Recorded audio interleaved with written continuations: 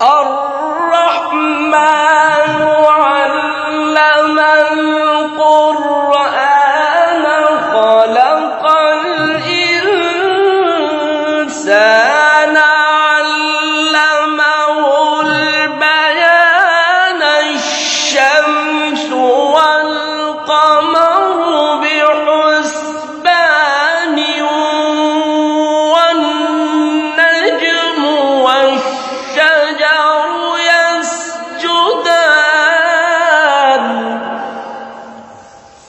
एक और है इसका, वो इस तरह है कि الرحمن علم القرآن خلق الإنسان علمه البيان الشمس والقمر بحسبان والنجم والشجر يسجدان. क्या पढ़ेंगे आप इसका, कोशिश करके पढ़े जोर लगा के. الرحمن علم القرآن خلق الإنسان. जी الرحمن علم القرآن خلق الإنسان علمه البيان.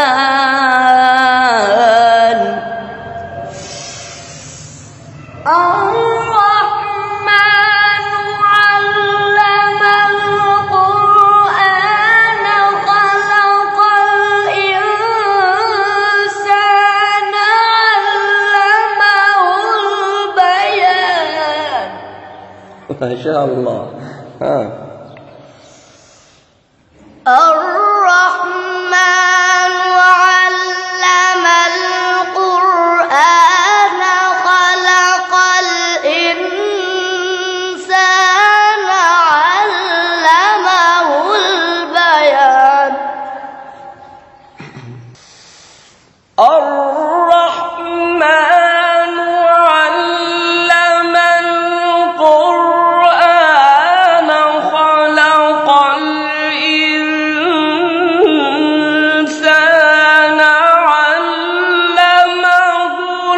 البيان الشمس والقمر بحسبان والنجم والشجر يسجدان.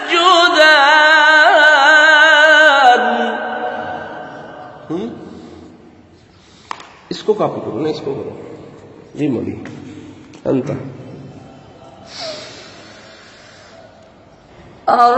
الرحمن علم القرآن خلق الإنسان علمه البيان.